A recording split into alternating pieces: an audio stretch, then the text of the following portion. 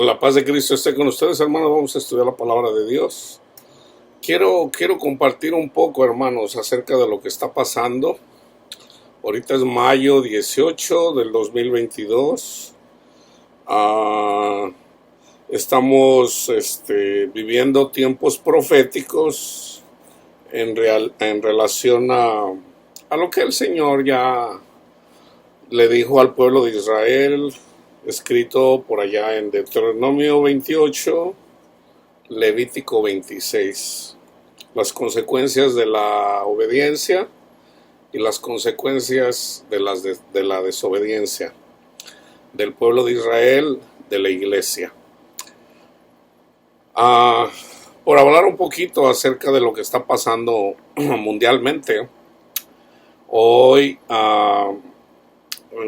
yo había hablado un poquito acerca de lo que está pasando en Wall Street. Por ejemplo, hoy Target sufrió un punch muy duro a Walmart.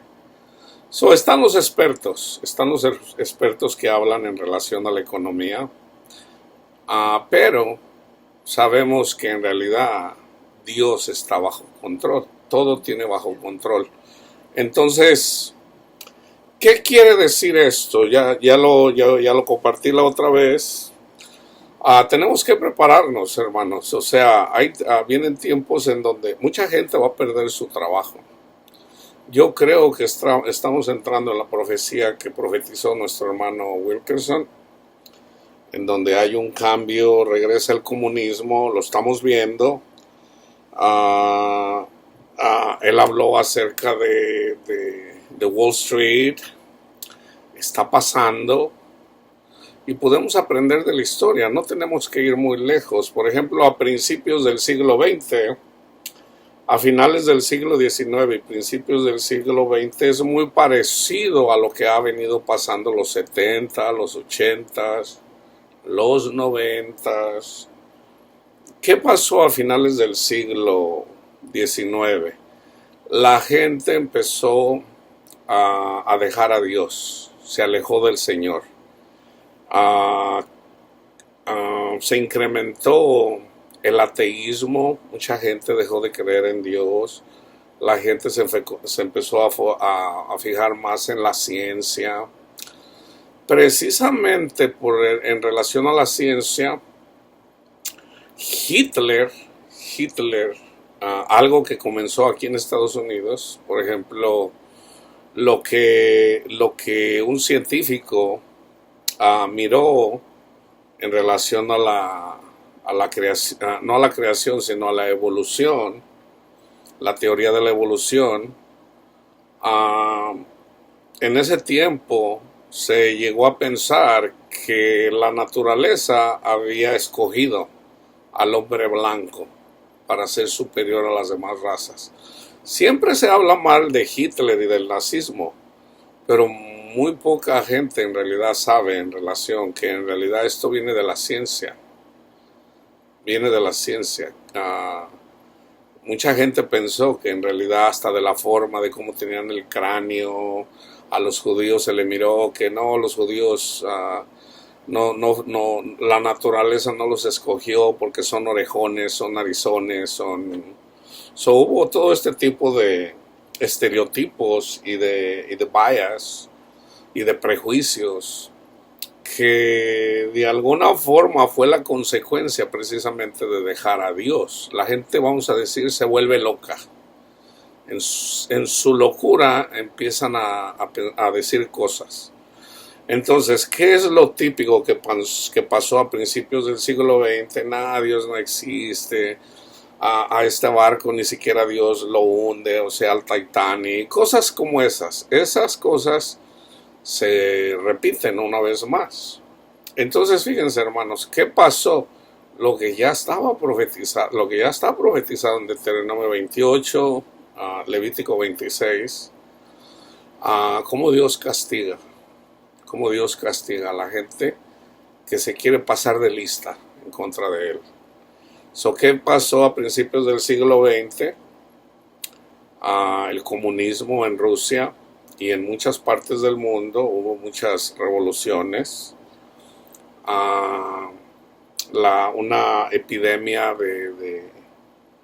en España, el virus en España que mató millones de personas, la Primera Guerra Mundial, una guerra mundial, en la cual Alemania perdió. Alemania, la potencia mundial más grande en Europa, perdió. Hitler, que había sido soldado alemán y que estuvo del lado perdedor, él culpó eventualmente, y no de que él lo haya, en realidad mucha gente alrededor del mundo odiaba ya a los judíos, a un judío errante que no tenía una nación, porque la nación de Israel desapareció en el año 70. Entonces el pueblo de Israel, los judíos, andaban alrededor del mundo porque no estaban en su nación. Entonces Hitler hizo algo que se promovía en toda Europa, inclusive aquí en Estados Unidos. Hay algo típico, hermanos, que pasa. Fíjense bien. Había tiempos, había mucho materialismo, eran tiempos prósperos. Mucha gente estaba invirtiendo en Wall Street, gente que inclusive no tenía dinero, pedía prestado al banco para invertir en Wall Street, y la gente se estaba enriqueciendo. Simplemente métela y sácala y ya te enriqueciste. Entonces ya conocemos lo que pasó. La mayoría de la gente perdió sus fortunas. Las que pidieron pues les tuvieron que embargar lo que tenían. Muchos millonarios se quedaron sin nada, lo perdieron todo. Yo les decía en un estudio anterior que en estos días se han perdido, alguien dice que ya como 12 trillones de dólares. 12 mil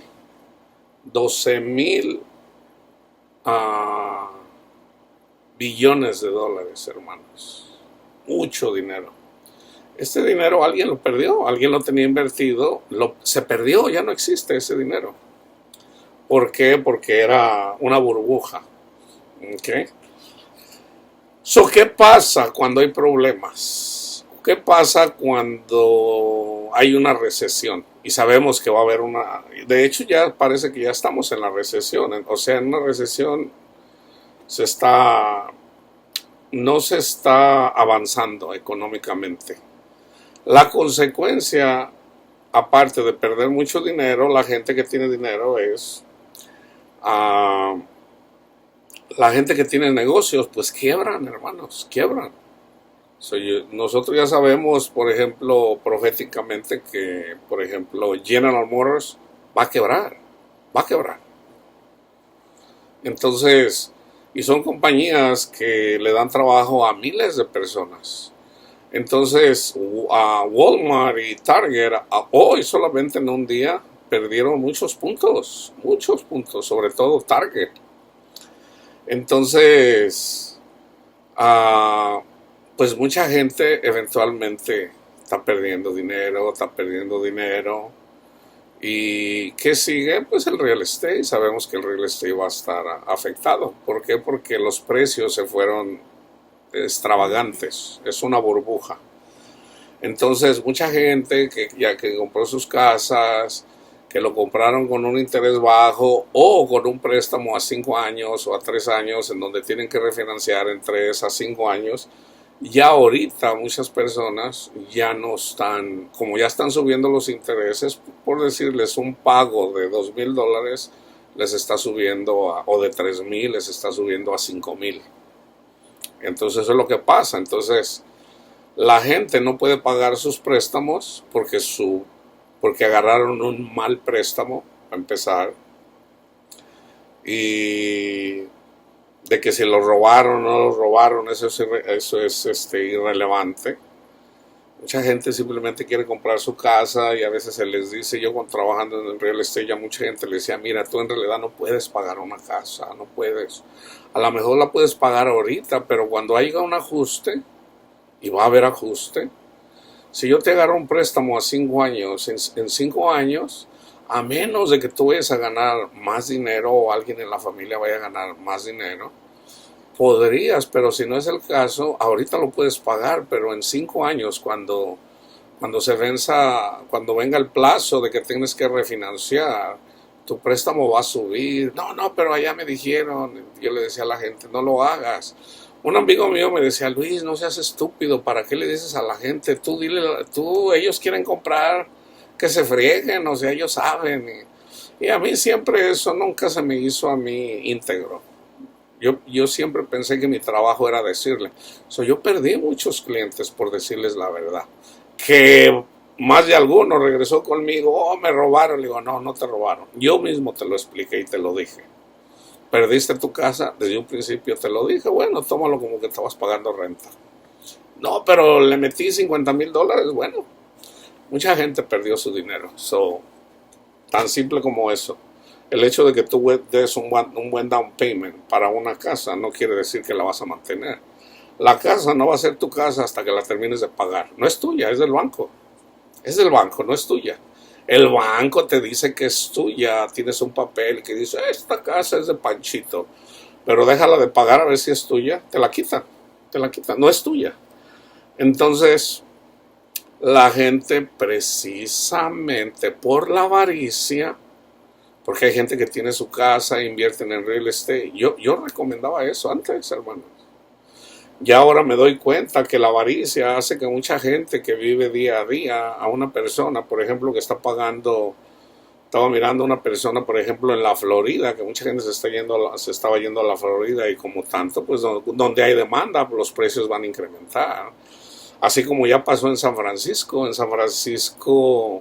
antes de la pandemia, un departamento, por ejemplo, que costaba 1,500, de ya después valía 2,000, 2,500, 3,000. Y un día miré a un ingeniero ahí que ganaba $80,000, que se acababa de graduar y con un salario de $80,000 al año, no podía conseguir un departamento para él solo de una recámara. El departamento andaba, ya no recuerdo, pero creo que como $4,200 por un departamento de una recámara. ¿Por qué? Por la demanda. Donde hay demanda, los precios suben. Entonces sale una persona ahí que pagaba $1,800 de renta y le subieron un poquito más del 100%. O sea, le doblaron. Ya de repente eran 1,700, ahora son 3,500. Muy probablemente alguien compró la casa, entonces ya tuvo que, y entonces donde no hay control de renta, vas a pagar eso es lo que te está pidiendo, entonces se tenía que salir. Entonces, como esa persona ya vivía ahí por muchos años, ¿en dónde va a agarrar un departamento de $1,700? Entonces, mucha gente a veces por eso terminan en los carros, viviendo en los carros, en los Benz. Eso está en la Biblia, hermanos. ¿Por qué? Por la avaricia de muchos que quieren incrementar su dinero. Entonces mucha gente invierte en real estate y encarece las casas.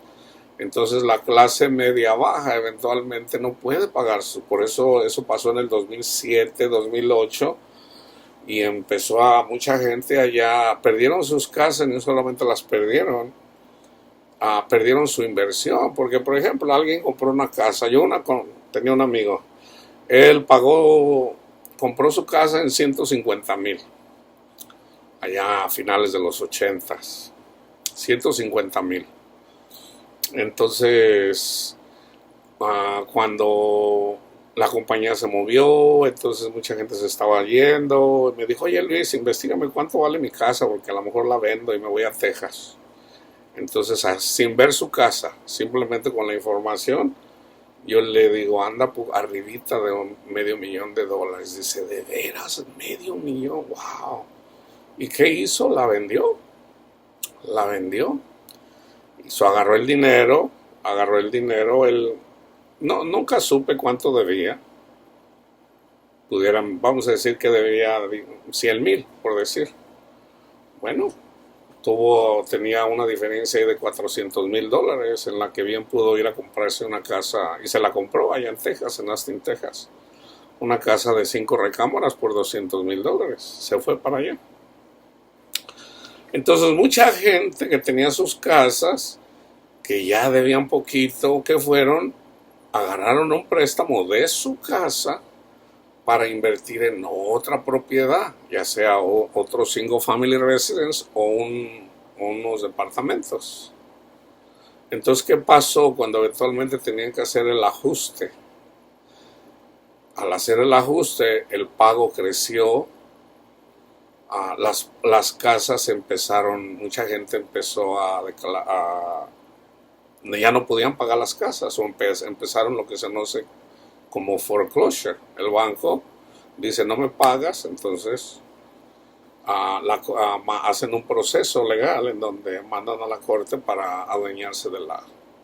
Y esto usualmente después de no pagar, ese proceso son 6 meses. O sea, ya el tercer mes ya el banco te está avisando, si no haces esto la voy a vender en una subasta. Pero llegó un punto en donde en la subasta eran tantas casas que había y no había compradores, porque no había dinero en los bancos que estuvieran prestando. Entonces, y era muy poca gente la que calificaba. Entonces se fueron amontonando las casas, y cuando se van amontonando las casas es que van bajando los precios por la oferta. Eso se le conoce como la oferta. Eso está la ley de la oferta y la demanda. Cuando hay demanda, las cosas suben. Cuando hay oferta, pues nadie los quiere comprar. Entonces, pues mucha gente se quedó sin sus propiedades. Sabemos, mucha gente se quedó sin trabajo, mucha gente no. Yo en el 2007, yo había dicho que el 2005, pero no fue el 2007. Yo en el 2007 yo no gané un 5 no lo gané. ¿Por qué? Porque no había préstamos. Y yo solamente, no había préstamos. Sí había bancos haciendo préstamos, vamos a decir, para gente que tenía buen crédito y tenía todo correctamente, pero eran muy poquitos los compradores, y como yo tenía compradores, el trabajo estaba sobre todo vendiendo. Cuando uno agarra a un vendedor, puedes agarrar a un comprador, o eventualmente alguien te va a comprar la propiedad. Entonces el dinero se maneja mejor cuando uno vende, uno está más en control cuando uno vende la propiedad y no cuando la compras. Entonces, ¿qué pasó? Pues no hubo plata. Yo no agarré plata en todo el 2007, pero lo que había ganado en el 2006 me alcanzó para sobrevivir el 2007, parte del 2008. En el 2008 le llegó a Wall Street en general, que fue en septiembre del 2008. Hubo un pánico. Hay muchos documentales sobre eso. Septiembre del 2008. Básicamente el que estaba encargado le dijeron, ¿sabes qué? Le habló a su esposa, ¿sabes qué? Ve y saca dinero del banco, porque probablemente mañana ya no haya dinero. Probablemente. O sea, estamos hablando de una economía que muy probablemente se pudo haber caído en efecto dominó. Estamos hablando de una crisis mundial, hermanos. Así como en 1929, que había mucha avaricia, la gente eventualmente cayó. Entonces comenzó la recesión, y la recesión eventualmente se convierte en depresión. Esos son nombres legales para la economía. No es lo mismo una gran depresión que una recesión. Una recesión es mala, ¿por qué? Porque se pierden muchos trabajos. O en el 2008 no había préstamos. Mucha gente no podía comprar casas, no podía comprar carros, no podía comprar... ¿Por qué? Porque no había mucho dinero para mover. Entonces la economía se fue afectada grandemente. Entonces se vino recuperando poco a poquito, y la gente regresó a lo mismo que estaba pasando, que pasó en el 2004, en el 2005, en el 2006. Lo mismo pasó. Entonces ahorita está pasando lo que ya pasó en el 2007. y parece que está pasando lo que pasó en el 2008. ¿Qué compañías grandes van a quebrar? Vamos a ver, vamos a ver. Entonces, ya proféticamente sabemos, hay una guerra ahorita entre capitalistas y comunistas. Los dos van a ser afectados. Dios está tratando con capitalistas y Dios está tratando con comunistas. ¿Okay? Aquí el problema es que la gente no tiene temor de Dios, hermanos. No tiene temor de Dios. Entonces, en esta recesión, que parece que ya comenzó la recesión, vamos a ver a los vecinos, a los familiares, a los que tienen trabajos, ¿quién va a perder su trabajo? ¿Quién? Los que tienen su negocio, bueno, pues tienen su negocio y a ver si lo sobreviven. Entonces, por allá a principios de los 80s pasó algo más o menos similar. Para parar la inflación tuvieron que subir los intereses. Yo recuerdo, yo cuando llegué aquí a principios de los 80s, el interés para comprar una casa, hermanos, andaba cerca del 20%. Cerca del 20%. ¿Quieres comprar una casa? Imagínate, ¿quieres comprar una casa así? ¿Cuánto es el interés? Imagínate, el 20%. El 20%. Sí. O sea, se tenía que parar la inflación. Entonces, pues estaba difícil, hermanos. Estaba difícil. Ahora, yo en ese tiempo yo no lo entendía. Yo cuando llegué aquí, pues yo encontré trabajo, yo trabajaba y yo no sabía en realidad lo que estaba pasando. Usualmente los más afectados son la gente adinerada y la gente que tiene un trabajo seguro. Yo recuerdo en ese tiempo, inclusive, trabajadores de General Motors perdieron su trabajo. Yo recuerdo ahí en los 80s. Mucha gente perdió sus trabajos. Entonces, que eran buenos trabajos donde pagan con unión y que pagaban decentemente, se quedaron sin nada.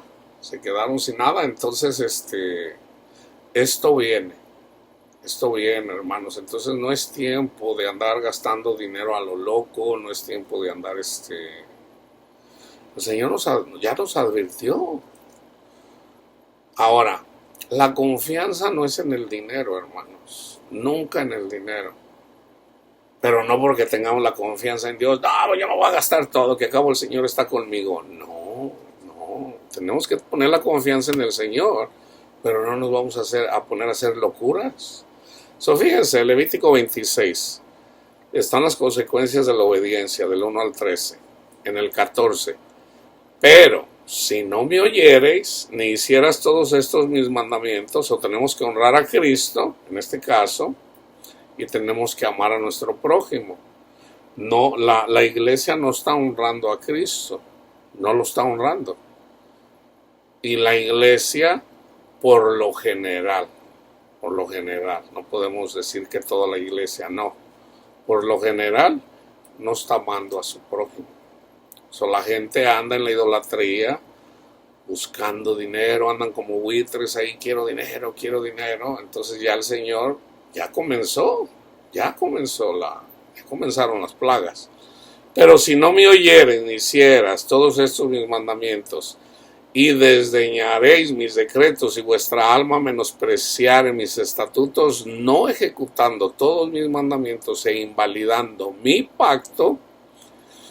Ahora estamos bajo el pacto que hizo Jesús, a comer su cuerpo y beber su sangre. Yo también haré con vosotros esto. Enviaré sobre vosotros terror, extenuación y calentura, que consuman los ojos y atormenten el alma, y sembrarán en vano vuestra semilla, porque vuestros enemigos la comerán. Pondré mi rostro contra ustedes, y serán heridos delante de vuestros enemigos, y los que los aborrecen se enseñorearán de vosotros, y huirán sin que haya quien los persiga. ¿Quiénes son los que nos aborrecen? Los demonios. Y si aún con estas cosas no me oyeres, es lo mismo que está en el Apocalipsis, hay castigos, a ver si la gente se arrepiente, dice, y no se arrepintieron. Dice, y si aún con estas cosas no me oyeres, yo volveré a castigarlos 7 veces más por vuestros pecados. ¿Se fijan cómo se va 7 veces más? Y quebrantaré la soberbia de vuestro orgullo y haré vuestro cielo como hierro y vuestra tierra como bronce.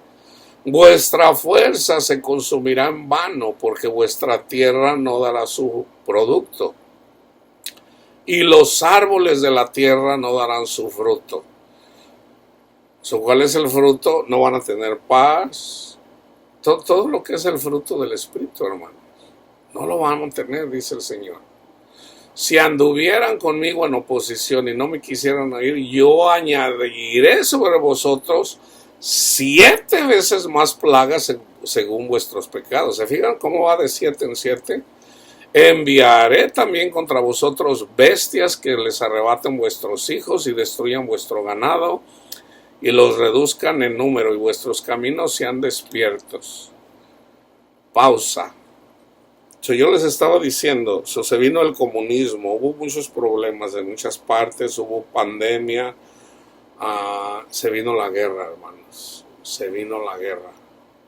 Entonces, si la iglesia no se convierte al Señor, va a haber guerra, hermanos, va a haber guerra. Esto siempre ha sido así. Entonces, ¿qué dice también? Van a comer su pan con medida. ¿Saben lo que quiere decir eso? Y está pasando, hermanos, está pasando. De que si lo están haciendo a propósito o no es irrelevante. Ahorita uno todavía puede comer pan, puede comer carne, la que uno quiera. La que uno quiera. Ya hay países en donde la gente ya no tiene que comer. Porque hay países que compran su comida. Por ejemplo, estaba mirando yo, Egipto antes producía mucho trigo, pero al último terminó comprándoselo a Ucrania. Entonces ahora con la guerra con Ucrania, el trigo no le está llegando a Egipto. Entonces Egipto tiene un gran problema. Y ahí se consume mucho trigo. Entonces ese trigo se lo tiene que comprar a alguien más. Entonces ahí entra la ley de la oferta y la demanda. Entonces, cuando hay muchas personas que lo quieren comprar, no, pues que yo te lo compro a 100, no, que yo te doy 120, no, que yo 140. Y por eso sube de precio. Mucha gente dice, no, pero es que ayer yo platicaba con un amigo y siempre él como que se pone a escuchar muchas pláticas comunistas. Dice, no, es que no es justo. Walmart, por ejemplo, se preocupa, se manda a quebrar muchas compañías. Digo, pues es que ese es el capitalismo. El capitalismo es de que si tú no eres bueno, pues tienes que sacar una oferta mejor, tienes que sacar un producto mejor. O sea, ¿qué es lo que define qué es un buen producto o un buen servicio? La gente decide. Por ejemplo, déjenme darles un ejemplo. Aquí en Los Ángeles, por decir en el este de Los Ángeles, es conocido unos tacos muy famosos, se llama King Taco. La salsita muy famosa. Y la gente compra King Taco. Empezaron con una troquita, después tenían un local y duraron muchos años ahí nomás con el local y la troquita. Eventualmente yo con alguien le digo, oye, pues vamos a hacerle una franquicia, pues los tacos están buenos, si se venden aquí se van a vender en donde quiera. Entonces ya ahorita, no sé cuántos haya, a lo mejor unos 20, 25, no sé, pero ya son varios. Entonces tú puedes comprarte esos King Tacos, están sabrosos los King Tacos, son famosos, o sea, entonces, pues ellos deciden a cómo vender sus tacos, ¿por qué? Porque tienen demanda. Ahora vamos a decir que yo saco los taquitos Rodríguez, por decir, ¿ok? Y mis taquitos están más buenos que los de King Taco y más barato. ¿A quién crees que se los van a comprar? Pues a mí. ¿Por qué? Porque están más buenos y están más baratos. Entonces, si de repente la gente no cabe y hay una cola ahí, digo, no, pues voy a abrir otro por aquí. Y aún así la gente no. Entonces llega un tiempo en donde de repente puedes incrementar Los negocios son para ganar dinero, hermanos. Los negocios son para ganar dinero. No para, no, pues yo lo hago por divertirme. No, ¿quién hace eso? Los negocios son para ganar dinero. Entonces, si todo el mundo quiere mis tacos y yo los vendo a $2, digo, déjame ver, los voy a poner a 2.50. Y si se siguen vendiendo, bueno, los voy a dejar ahí. Los voy a dejar ahí en 2.50. Y aún así se siguen vendiendo. Por ejemplo, si yo los vendo a 3 y yo veo que ya la gente ya no viene, entonces yo digo, no, hay que bajarlos de volada a 2.50 como estaban. ¿Por qué? Porque ya... Eso es lo que hacen los negocios. Entonces esta persona que me decía, no, pero no es justo. Le digo, mira, te voy a hacer una pregunta. ¿Tú quisieras ganar más dinero aquí en tu trabajo? Le digo, sé honesto. Dice, no, pues sí. Le digo, pero ¿por qué? ¿Por qué no estás conforme? O sea, porque si el dueño del negocio te va a pagar más a ti, entonces y le va a pagar más a todos los empleados, entonces él tiene que sacar ese dinero de algún lugar, entonces va a vender a lo mejor lo que yo vendo y lo que yo traigo a la tienda, porque era una tienda a la que yo le surto. Van a salir más caros los productos porque te quiere pagar más a ti. ¿Es justo o no es justo? Dicen, no, bueno, pero eso es normal. Digo, es que así son los negocios. Así son los negocios. Los negocios son para ganar dinero. ¿Cuánto? Hasta donde la gente te deje. Hasta donde la gente te deje. Llega un punto donde la gente no va a pagar más de lo que... Ahora, hay productos que no valen tanto, como Apple. Los productos de Apple en realidad no son tan caros, pero ellos crearon un nombre. Todo el mundo, sobre todo los jovencitos, quieren un iPhone. ¿Por qué? Porque es un nombre, no necesariamente porque son los mejores teléfonos. Pero este camarada era bueno. O sea, hagan de cuenta que es como un estatus. Puede ser un estatus pelatos, pero es estatus. No, yo traigo un iPhone. Así como la Mercedes. Los Mercedes es un buen nombre, es un buen carro, pero no necesariamente son los mejores. Son buenos, tienen nombre y todo, pero son caros. Entonces, ¿qué crea eso? En el caso de Steve Jobs, él dijo, no, voy a crear un nombre, así como de estatus. Fíjense, hermanos, les voy a poner otro ejemplo. Yo por un tiempo, no sé, unos 15 años, estuve distribuyendo en el área de Newport Beach. Newport Beach es un área de millonarios, o sea, ahí había gente, y no toda la gente era millonaria, porque ahí había gente, en Newport Beach hay departamentos en donde había gente que ganaba el mínimo, por decirlo así. Pero ahí las casas promedio, por ejemplo, en cierta área promedio, 1.500.000, ¿vale?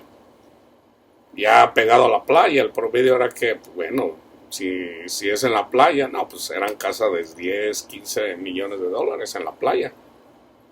Entonces, eso era un área de gente rica.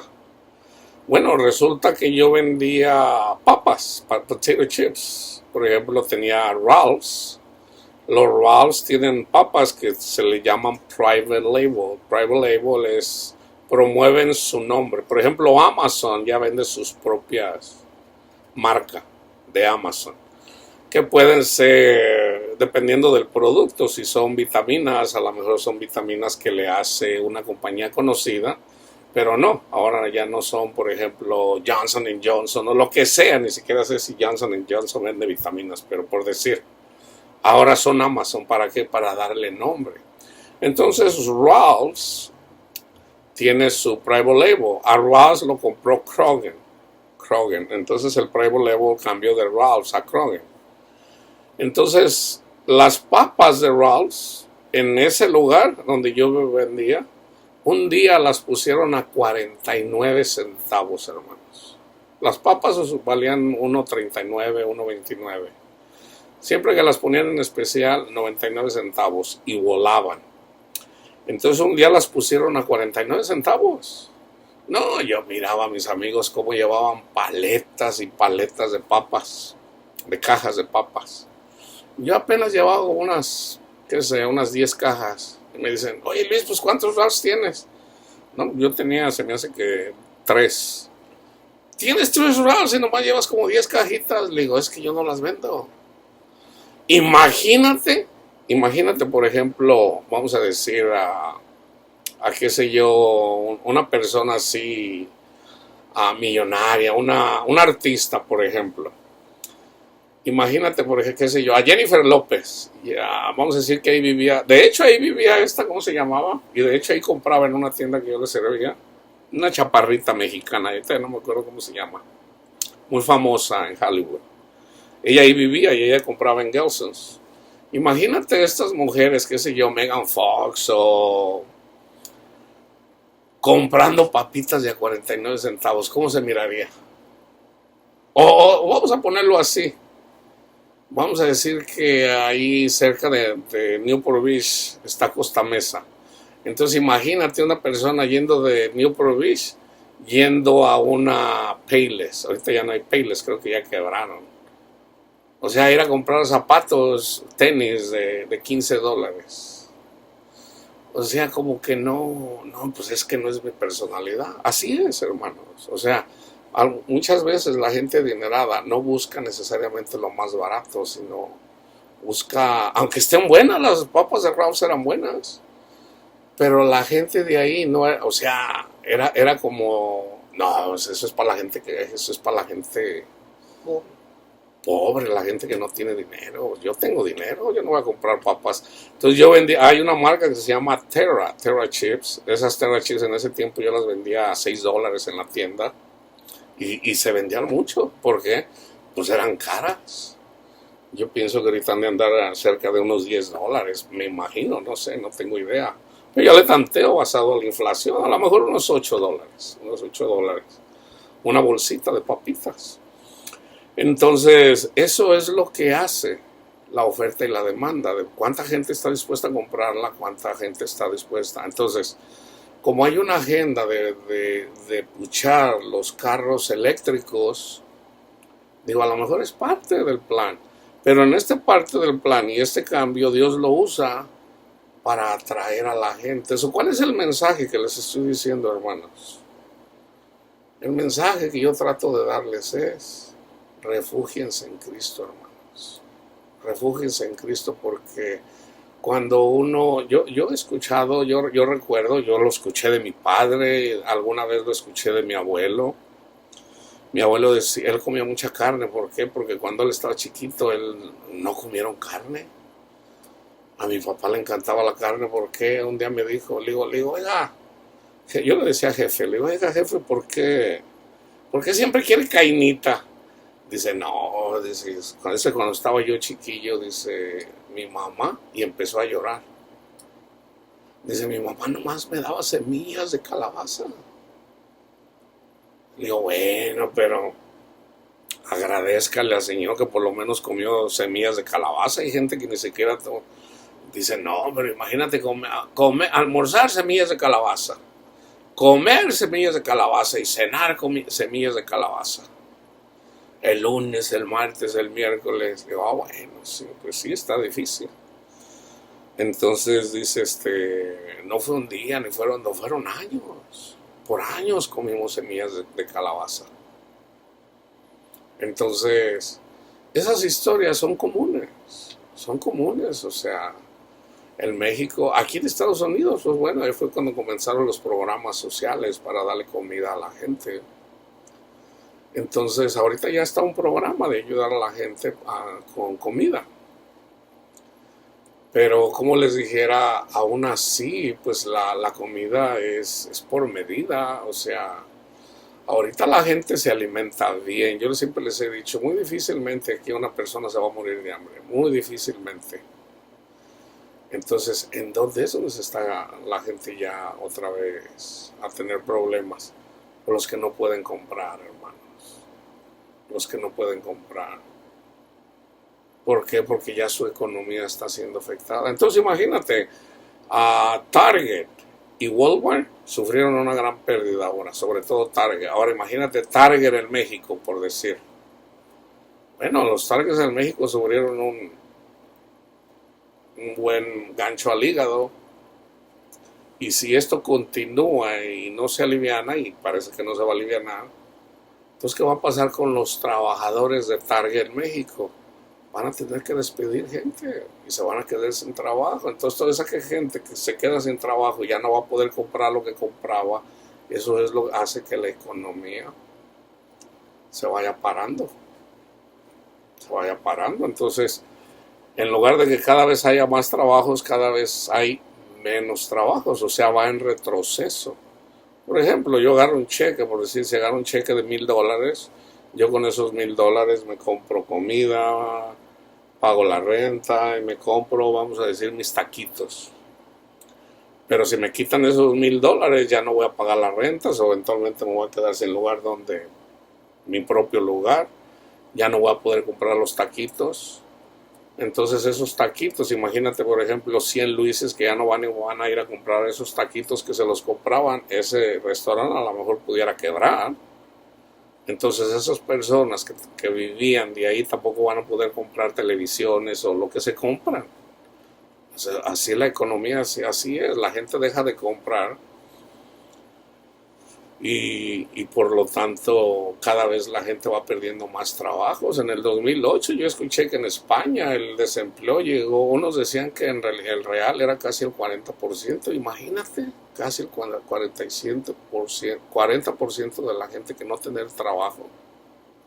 En la Gran Depresión dicen que el desempleo fue el 25%, otros dicen que a lo mejor estuvo entre el 30 y el 40%. Si no tienes trabajo, ¿de qué vas a vivir? ¿De qué vas a vivir? Esos tiempos vienen. Entonces se vino la Gran Depresión, 1929, octubre de 1929. Ya había pasado la Primera Guerra Mundial. Si hay algo que pasa en los países, sobre todo los desarrollados, pero también está pasando en los subdesarrollados, ya en Chile están corriendo a los venezolanos, se vienen en contra de las minorías.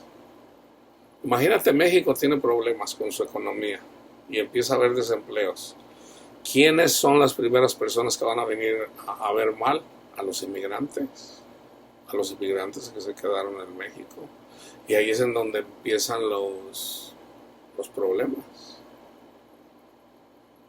Vamos a decir, no es racial, pero en todo caso va a ser nacionalismo. En Estados Unidos se puede decir nacionalismo y racismo a la vez. Se puede decir racismo.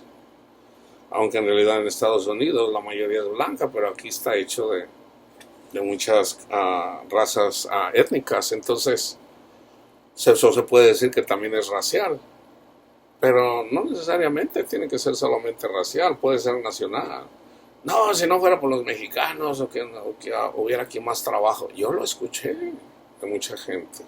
A mí más de algún güero me dijo, amigos míos, o sea, no me lo decían con mala onda. Dicen, no, oye Luis, es que si la gente viene llegando de México. Por ejemplo, yo tenía un amigo que trabajaba para Orowin. Él ganaba como $70,000 al año trabajando para Orowin. Entonces, muy trabajador ese señor, muy amigo mío. Entonces, un día me dijo, oye Luis, la gente no deja de llegar de México y eventualmente, si ya tenemos miedo, que nos vamos a quedar sin trabajo aquí. Eventualmente, Bimbo compró a Orowin, ya es de Bimbo. Orowin le pertenece a Bimbo ya. Entonces,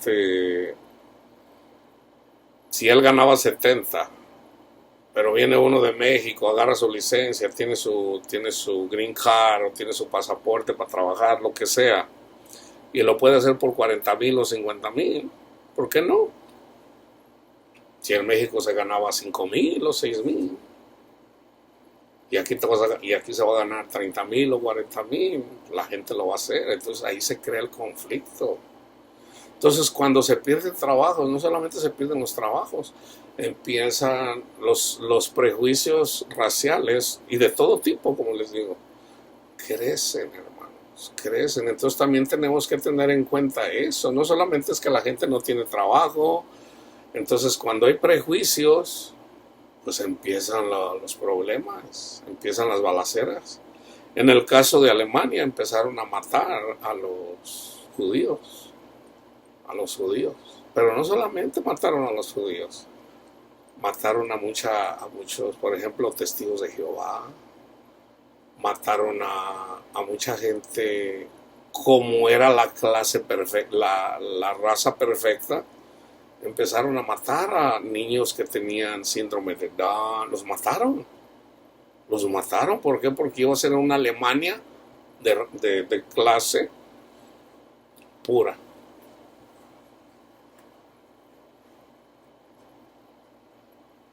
Ahora, estamos en una guerra, hermanos, estamos en una guerra comercial. Yo el otro día estaba mirando, hay 5 tipos de guerra. La última es la guerra militar. La penúltima es la guerra, o sea, hay guerra de influencia.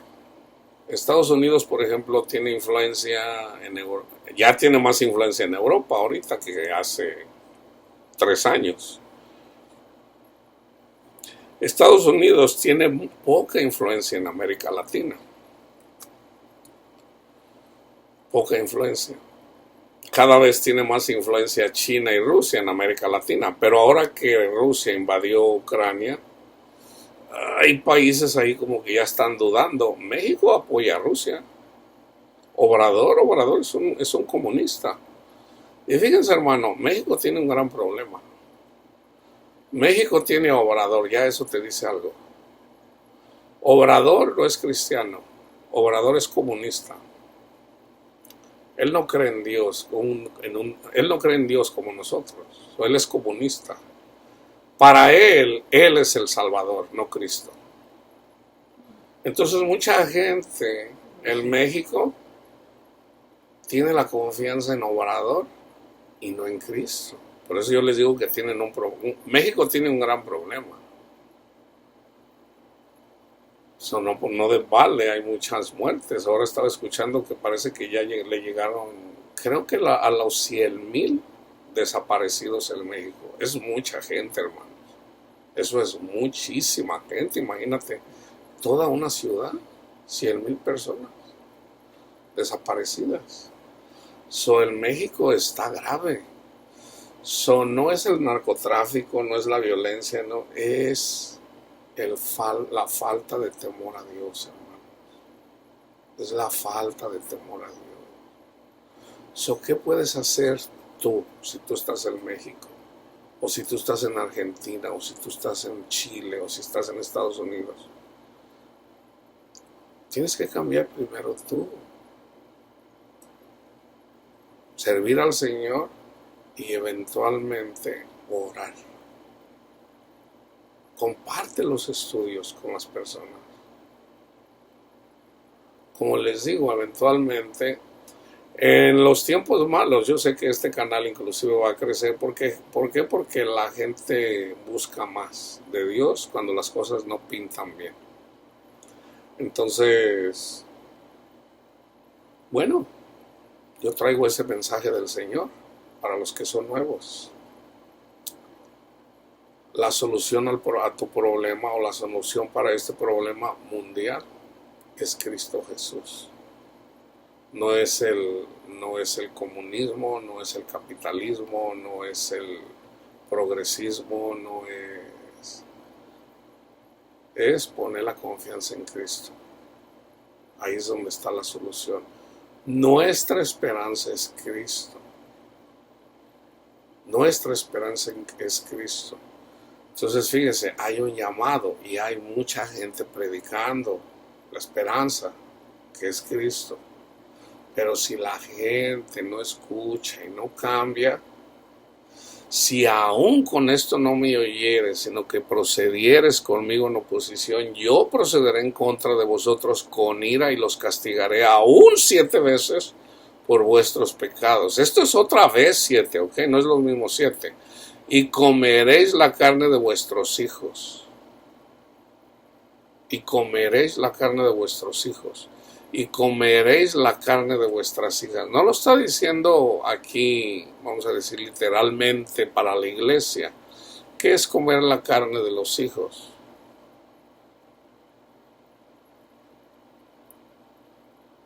No hay, o sea, no hay paz en esa casa. De hecho, hay padres que están matando a sus hijos y hay hijos que están matando a sus padres. ¿Por qué? Porque pusieron las cosas en este mundo y no en el Señor. Destruiré vuestros lugares altos. Los lugares altos tienen que ver con la idolatría. O sea, por ejemplo, yo soy israelita, por ejemplo, en el tiempo de, qué sé yo, en el tiempo de Jeremías o de Isaías o de Samuel, el que sea. Y yo pongo, en los lugares altos era donde se hacían los sacrificios a los dioses paganos. Se les ofrecían holocaustos. Y el pecado mayor era que había personas que ofrecían a sus propios hijos, por ejemplo a Moloch, hacían estatuas de piedra de Moloch, a Dios Moloch, y a sus hijos los quemaban literalmente. Por ejemplo, en los Andes, en Perú, no sé si ustedes vayan y busquen en el internet los sacrificios de los peruanos o vamos a decir, los niños momificados de los Andes o de las montañas. O sea, como son lugares altos y hay hielo, eventualmente se congeló todo eso. Ahí era en esos lugares altos, ahí es en donde sacrificaban a los niños y sacaron varios niños o niñas, más bien eran sobre todo niñas, unas niñas chiquitas de 2, 3 años, otras como de 10, 12 años, las ofrecían a los dioses paganos y ahí se congelaron y como se congelaron se momificaron. Y como se está derritiendo ahorita el hielo en muchas partes del mundo, entonces se están descubriendo muchas cosas, entre ellos los cadáveres o las momias de estos niños. En lugares altos era donde se hacían los sacrificios, los holocaustos a los dioses paganos. Por eso aquí dice los lugares altos. Derribaré vuestras imágenes, pondré vuestros cuerpos muertos sobre los cuerpos muertos de vuestros ídolos, y mi alma los abominará. Haré desiertas vuestras ciudades. ¿Cómo está ahorita en Ucrania? En Ucrania ha llegado juicio del Señor. ¿Por qué? Porque los ucranianos por lo general odian a los rusos, los odian a muerte. No todos, pero Ucrania es una nación cristiana, hermano. Es ortodoxa, pero es cristiana. Y en lugar de perdonar, de amar a los rusos, los aborrecen. Se odian mutuamente. Se odian. ¿Por qué? Precisamente porque Rusia tuvo sometido a los ucranianos por mucho tiempo. Entonces eventualmente por ahí como en el 90, 89, 90, 91 permitieron, un presidente permitió que, de hecho el que creó la nación de Ucrania, si mal no recuerdo, fue Lenin, porque supuestamente en realidad son rusos, los ucranianos son rusos, pero ellos no se miran como rusos, se miran como ucranianos. Y de hecho en la Segunda Guerra Mundial hubo un genocidio. O sea, mandaron matar a muchos, murieron 1 millón de personas. Es la batalla donde más gente ha muerto. La batalla, la de Leningrad. Murieron más de 1 millón de personas. Pero sobre todo eran ucranianos. Entonces, ¿qué hacían los rusos? Órale, ahí vienen los alemanes, y los mandaban sin armas, hermanos, sin armas. O sea, era una forma de deshacerse de ellos sin que nadie dijera nada. Es que nosotros no teníamos armas. No, por ahí un día yo miré un documental, en realidad ese fue un genocidio. Es una forma, hagan de cuenta que ahorita, por ejemplo, se viene la guerra, por decir, y Donald Trump es el presidente. A ver, vamos a agarrar a los latinos y vamos a mandarlos a la guerra. Y manda a los latinos sin armas. Hay armas, pero los manda sin armas. No, pues vayan y quítenselas. No, pues es una forma de que los maten a todos. Eso fue lo que pasó. Eso fue lo que pasó. O sea, fue un genocidio. Pero ¿de dónde viene? Viene del Señor, hermanos. ¿Por qué? Porque tenemos que amar. Tenemos que amar. Ahora, no piensen que de repente en Estados Unidos está mejor, somos mejores que los ucranianos. Sabemos que la iglesia anda mal, hermanos. Anda mal. Eso de que Dios quiere que sea rico, ya ahorita mucha gente se ha calmado, pero no se ha parado. No se ha parado. Todavía anda por ahí Joel Osteen, todavía andan estas personas ahí predicándose ellos mismos. Bueno, el Señor los juzgará y vamos a ver lo que va a pasar. El Señor limpia su iglesia, hermanos. El Señor limpia su iglesia. Asolaré. Fíjense lo que dice aquí, que esto lo menciona Pablo. Haré desiertas vuestras ciudades y asolaré vuestros santuarios y no oleré la fragancia de vuestro suave perfume. ¿Qué quiere decir esto? O sea, por ejemplo, aquí mismo en Levítico, creo que es 16, ya no recuerdo. En el mismo libro de Levítico, ahí decía cómo se tenía que ofrecer los sacrificios que apuntaban a Cristo. En realidad el Señor les habló proféticamente, pero ellos lo hacían literalmente. Entonces en parte de los sacrificios tenían que poner perfumes. Creo que es Levítico 16, no estoy muy seguro. Un día voy a hacer un estudio en relación a eso, que esto en realidad es ¿cómo se le conoce a esto? Como el ensayo. Este era el ensayo. Así como la Pascua, la 10ª plaga era la Pascua que apuntaba al sacrificio de Jesús, aquí también esto apunta en relación de cómo debería de ser el sacrificio. El sacrificio de un carnero y de dos cabritos.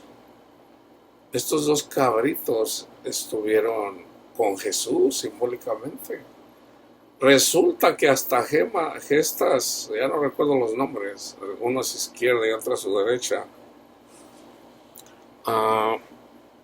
ellos no están en la Biblia Reina Valera, pero sí aparecen en otras. Tienen nombre. Uno era Gestas, ahorita no recuerdo el nombre del otro. Entonces, ellos aparecen en Levítico. Entonces, era el ensayo que apuntaba al sacrificio de Jesús, pero en el sacrificio había perfume. Por eso dice aquí el Señor de que no voy a oler ese perfume, la fragancia de vuestro suave perfume. Y de hecho, cuando Pablo habla acerca del sacrificio de Jesús, él dice, ofrenda, olor fragante, agradable a Dios, algo así. O sea, es la mejor ofrenda que ha habido en la historia de la humanidad, el sacrificio de Cristo. Asolaré también a la tierra y se pasmarán por ello vuestros enemigos que en ella moren, y a vosotros los esparciré entre las naciones y desenvainaré espada en pos de vosotros, y vuestra tierra estará asolada y desierta vuestras ciudades. Entonces la tierra gozará sus días de reposo. Todos los días que esté asolada, mientras ustedes estén en la tierra de vuestros enemigos, la tierra descansará, entonces y gozará sus días de reposo. O sea, simbólica, esto es simbólico. Por ejemplo, el Señor les dio el 7º día para que reposaran de trabajar en la tierra. Entonces ellos no lo hacían. Ellos trabajaban 7 días seguidos. No guardaban el día de reposo. no descansaban en el Señor. Entonces, como no le daban el reposo a la tierra, resulta que un campesino probablemente sabe esto. Un ingeniero definitivamente lo sabe, pero un campesino normal, sin educación, probablemente lo sepa. Yo pues lo leí, por eso está en la Biblia. Se le tiene que dar, o sea, no puedes estar siempre sembrando. No, o sea, le tienes que dar un descanso a la tierra. La misma tierra necesita descanso. Ahora, ese es simbólico de nosotros. Nosotros somos la tierra. Entonces necesitamos un descanso. No podemos nomás andar trabajo, negocio. O un empleo. No. Necesitamos descanso, hermano. Todo el tiempo que estés asolada descansará, por lo que no reposó en los días de reposo cuando habitabas en ella. Y a los que quedan de vosotros infundiré en sus corazones tal cobardía en la tierra de sus enemigos, que el sonido de una hoja que se mueva los perseguirá. Por eso yo les digo, hermano, no es que yo invente. Ahorita es muy común, no, que yo soy un guerrero y que tú, de hecho yo antes le decía a la gente, hey campeón, no, tú eres un guerrero y todo. ¿Cuál guerrero? ¿Cuál campeón? Entre las mujeres, sobre todo las feministas, órale mujer, tú eres una campeona, eres una guerrera. ¿Cuáles guerreras, hombre? Si les echas una ratita y se asustan. Eso es orgullo, hermanos, hermanas, eso es orgullo. Resulta que, fíjense, imagínate una de estas guerreras, ¿verdad? La guerrera Panchita, ¿verdad? Ella dice, no, yo soy una guerrera, yo voy a salir adelante, no ocupo a nadie. Yo no ocupo ningún varón, o sea, tipo feminista, o sea. Y debemos de tener misericordia de ellos, hermanos, tengamos misericordia de nuestras hermanas que andan envanecidas, estas guerreras que no son guerreras, son guerreritas, así como nosotros tampoco somos guerreros, somos unos cobardes. Imagínate Panchita la guerrera, ¿verdad? A las 3 de la mañana. O sea, no me estoy burlando, o sea, imagínate. La guerrera y que luchadora y toda. Y luego en la noche y que Satanás le hable y le diga, Panchito, imagínate, se va a levantar y la guerrera, yo te voy a decir que se le va a olvidar lo guerrera que es. Se va a asustar porque se va a asustar esta guerrera. Así como los más valientes, como Pedro era macho de los machos. Él era un macho, hermanos, Pedro. Pero Dios no quiere eso. Una simple señora lo asustó. Oye, yo te vi allá cuando andabas con aquel hombre. Yo no era, dice Pedro, yo no era.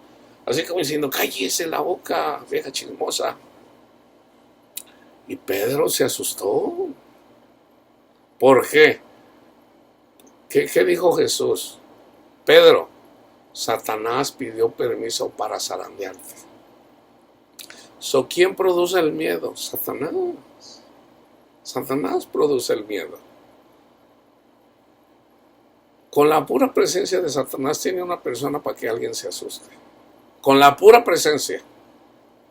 La gente entra en pánico. De hecho, la mayoría de la gente que tiene depresiones y tiene angustias así graves, es Satanás, es el espíritu de Satanás, que los tiene pero bien pepenados. Es Satanás el que los tiene así. Aquí lo dice el Señor, fíjense cómo lo dice. Y a los que queden de vosotros infundiré en sus corazones tal cobardía en la tierra de sus enemigos. ¿Quiénes son nuestros enemigos? Satanás y sus demonios. Que el sonido de una hoja se mueva, los perseguirá.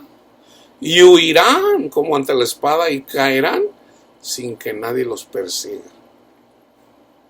Tropezarán los unos con los otros como si huyeran ante la espada, aunque nadie los persiga. Y no podrán resistir delante de vuestros enemigos. Y perecerán entre las naciones, y la tierra de vuestros enemigos los consumirá. Y los que queden de vosotros decaerán en la tierra de vuestros enemigos por su iniquidad, y por la iniquidad de sus padres decaerán con ellos.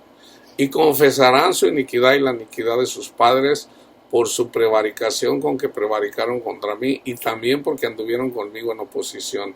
Yo también habré andado en contra de ellos y los habré hecho entrar en la tierra de sus enemigos, y entonces se humillará su corazón incircunciso y reconocerán su pecado.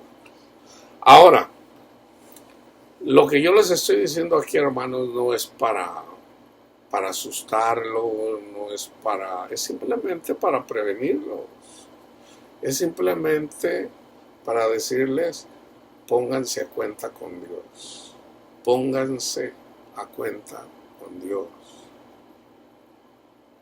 Cuando nosotros estamos del lado de Jesús, hermanos, vayan y mediten el Salmo 91. Si vienen 7 demonios contra nosotros, por 7 caminos se van. Por 7 caminos se van. Si vienen 1000 contra nosotros o 100 contra nosotros, en el caso de una iglesia, dice 5 van a espantar a 100 de ellos. Y ahorita no recuerdo el número, pero 10, 5 o 10, ya no recuerdo, espantan demonios a 10,000 demonios. Cuando dice caerán a tu lado 1000 y 10,000, pero a ti no llegarán. ¿Por qué no llegan en contra de nosotros? Porque tenemos a Cristo de nuestro lado, hermanos. Cuando tenemos a Cristo de nuestro lado, si miramos las noticias y dijeron, imagínate que de repente diga, pues no hay gas, no hay suficiente gas para darle a toda la población, lo vamos a tener que dar por medida. Ahora, por ejemplo, aquí en mi ciudad, aquí donde yo vivo, por ejemplo, el domingo me van a cortar el gas, porque van a arreglar algo. Para mí que están ahorita haciendo cosas simplemente como, aquí todo, así hacen todo, aquí hacen experimentos, cómo le vamos a hacer cuando no haya, y buscan las formas. Yo no voy a tener gas, no voy a tener luz por 8 horas, pero sobre todo es en la noche. Entonces, ahora, yo desde hace ya como un año, por ejemplo, yo le digo a mi hijo, me voy a comprar unas lamparitas, porque yo sé que eventualmente vamos a tener problemas de luz. Entonces, mira, me compré mis lamparitas, porque yo sé que no va a haber luz. Entonces, espérenme, madre, estoy predicando. Entonces, en lugar de andar comprando velas, que si me duermo y luego nos podemos quemar, estas me las compré en Amazon bien baratas, ya desde hace tiempo.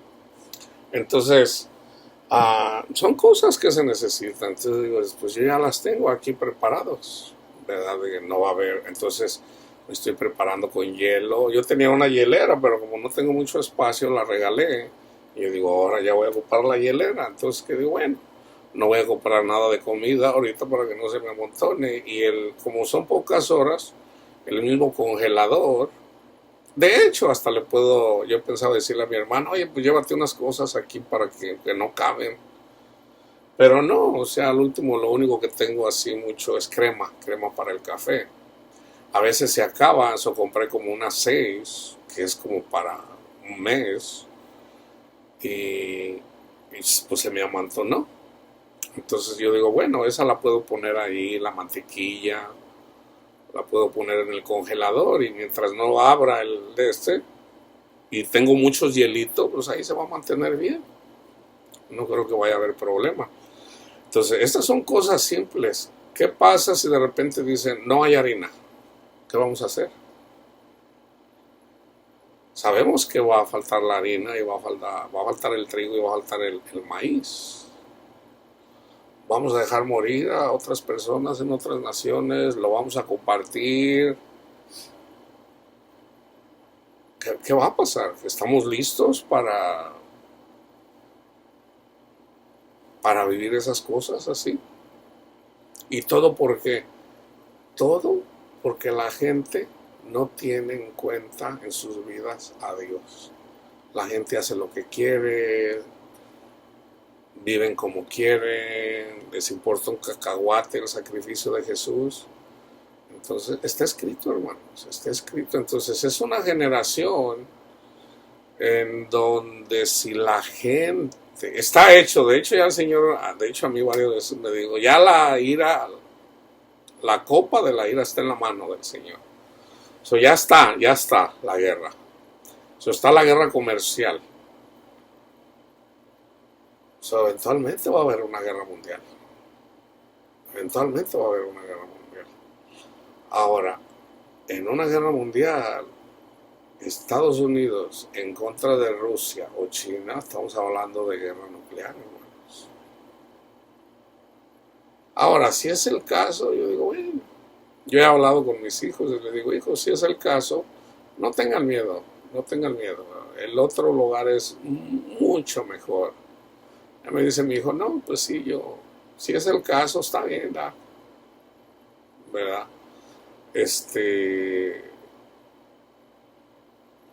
Tengo dos hijos así, en uno no he platicado mucho con él. Y ya con mi hija de repente a veces como que sí, no, ella es más miedosa. Ella es más miedosa. Todavía le da miedo. Mi esposa es muy miedosa también. Entonces, yo digo, bueno, precisamente ahorita me he esforzado más por buscarla a ella, precisamente porque yo sé que ella va a necesitar de su esposo. Y porque debemos de ser fieles, hermanos, debemos de ser fiel, a lo que dice el Señor. No podemos ser luz en la oscuridad sin hacer lo que dice el Señor. Si el Señor dice perdona, debemos de perdonar. Porque nosotros también hemos ofendido, como dice Pablo. So, no podemos ser luz en la oscuridad si no damos fruto.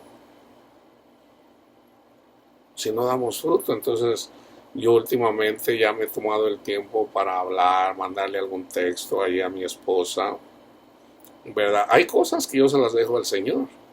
El Señor está de mi parte, yo sé que el Señor está tratando con mi esposa.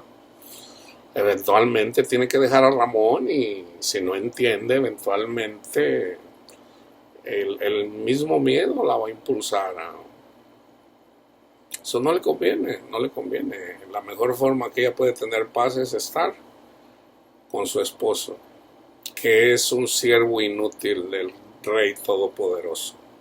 Esa es la única forma que puede tener paz. Entonces yo no puedo ser soberbio y decir, que se le quiten. No podemos hacer eso, hermanos. Si de verdad somos cristianos, debemos de tener amor para con todos, incluyendo a los que amamos, Entonces, el amar es una decisión, hermanos, es una decisión. ¿Ok?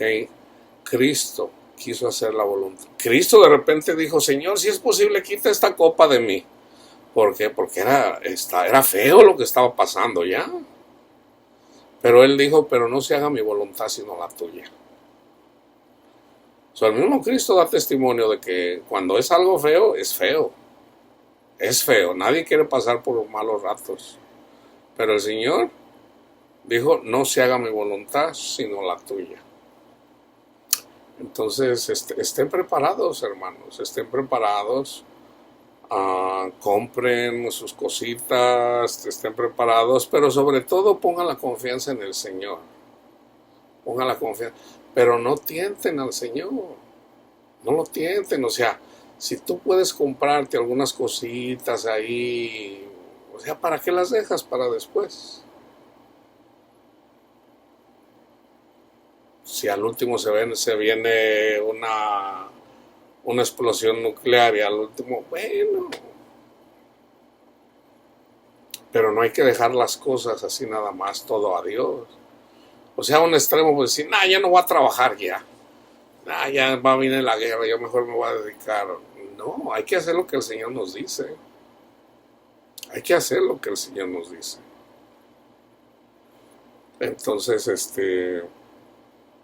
hay muchas personas que están profetizando y yo de repente ahí todavía no tengo yo la seguridad de, Señor, ¿es bueno o es malo estar escuchando en relación a lo que otras personas están profetizando, pero como no los conoce uno, porque a veces hay personas que solamente sacan un mensaje, pero no sabes qué predican, no sabes. Digo, bueno,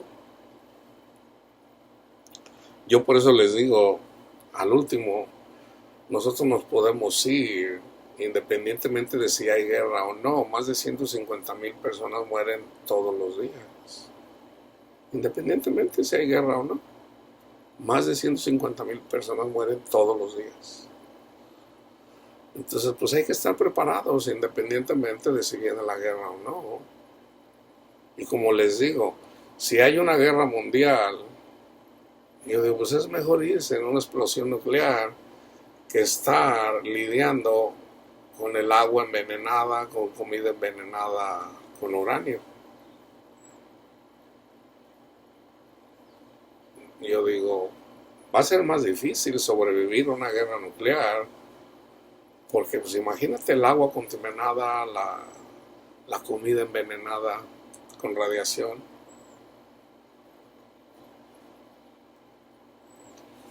Que se haga la voluntad de nuestro Padre Dios.